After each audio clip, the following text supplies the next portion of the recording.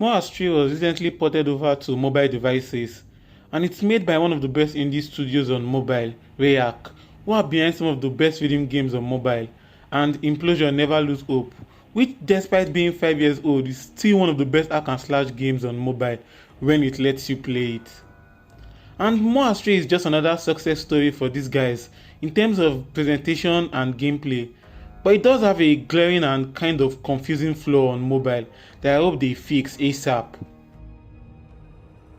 In More Astray, you play as a blue slime, trying to get around an experimental disaster on a crashed spaceship with a voice in your head vaguely guiding you. But don't let this little flawless ball of cuteness deceive you. This game is hard. Grace, this is not. This is not a 2D pixelated platformer you'll be playing for just the experience and atmosphere, with lots of challenging puzzles and platforming to face. I mean, I've only played through about 40% of the game in the third of 5 chapters, but just look at my death rate. And this is on normal difficulty. This game can be brutal at times.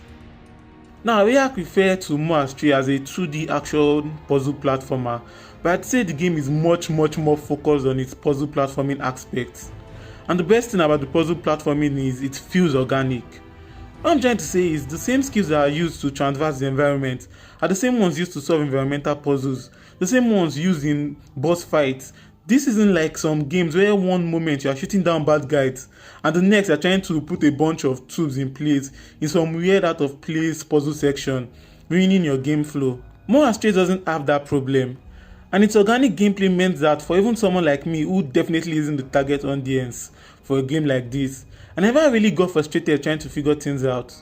8 out of 10 times it took a minute, maybe less, to figure out how to progress through different areas. But being able to pull it off was the biggest challenge I faced, and is where More Astray actually wants to challenge us the players. Even the action parts of the game, like boss fights or enemies that required me attacking them, still felt like puzzles in themselves, with quick reflex platforming mixed in. New abilities are unlocked with each chapter. So far I've gotten a dash, an advanced more powerful version of it, and the ability to rip heads from bodies. Gameplay is good and all, but the one frustrating and odd thing about More Astray is I couldn't get any gamepad to work, not my Pega or a PS4 controller. This despite the fact that Rayak strongly recommends using a gamepad when loading into the game.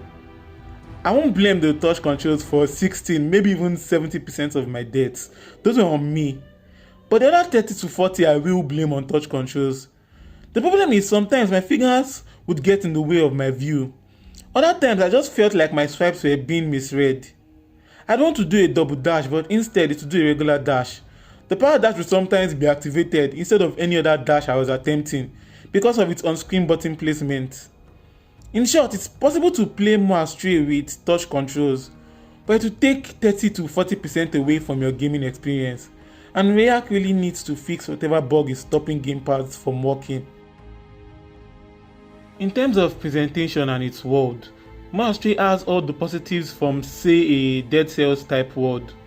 More might be cute, but the world it's born into is dark and depressing, with the game so far taking place in a crashed spaceship where questionable experiments were done, even on children, before some strange gas turned everyone to some Last of Us type zombie. Also, the crashed spaceship landed on an alien planet, contaminating the land, forcing the Stone Age inhabitants to become hostile. Everything about More Astray, from the music to the 2D pixel art style, mixed in with zombies and aliens, does well to sell the sickening reality of everything that has happened and is happening in More Astray's world. Except maybe Mo itself. Its animation, design, even the voice in its head, and the way it calls out to Mo in this cute high-pitched sound, makes Mo almost like a cute mascot, which I know sounds weird, but somehow still doesn't take away from the world Rayak beauty here. The story and tales in More Astray are also like Dead Cells, but also not. It's like Dead Cells in that it's one of those games that doesn't directly tell you its story, but wants you to piece it together from playing the game. Mo can take over and read the minds of zombies and aliens, and can also find memories scattered around each chapter that gives a bit of backstory to what I guess is the voice in Mo's head, and also gives extra life points to the slime.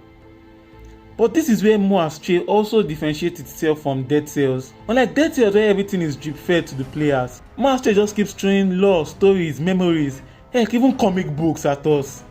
There's a lot to actually take in, and even if you can't totally piece together the story, you still have an idea about how everything came to be and the personal experience and horrors of both humans and aliens during your playthrough. Overall, Rare have really hit it out of the park in terms of presentation again, and gameplay, though really hard, is fair, easy to grab, and organically flows between most abilities, the environment, and enemies. But the lack of gamepad support, which even the game points out has been important, is definitely a big con that needs to be fixed. It might even be a deal breaker for some in the mobile version of Astray.